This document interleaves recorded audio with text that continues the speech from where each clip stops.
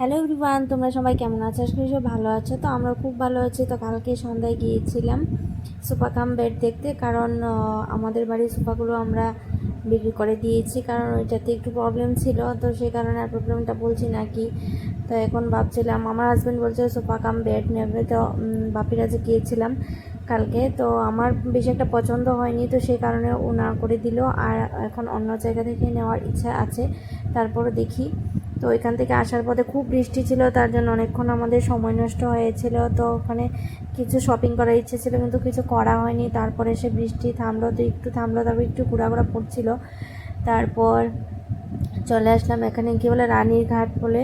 তো এখানে চলে আসলাম T20-তে। তো T20-তে এসে আর কি বলবো, বলে লাভ নেই এখানকার কথা। তো বাচ্চা নিয়ে আর যাওয়ার ইচ্ছে নেই ওই জায়গাটাতে। তো গিয়েছিলাম, ঠিক আছে। তো আমরা যে সবটাতে ছিলাম, তো নিজের মতো থাকতে একটু বেশি ভালোবাসি আমরা। নিজের মতো থাকাটাই মানে উচিত, আর থাকাটাই ভালো। আর কারোর ব্যাপারে কিছু ইন্টারফেয়ার না করাইটাই ভালো। তো যাক, এখান থেকে আমরা কিছু খাওয়া দাওয়া করে তারপর চলে আসলাম বাড়িতে আর কি।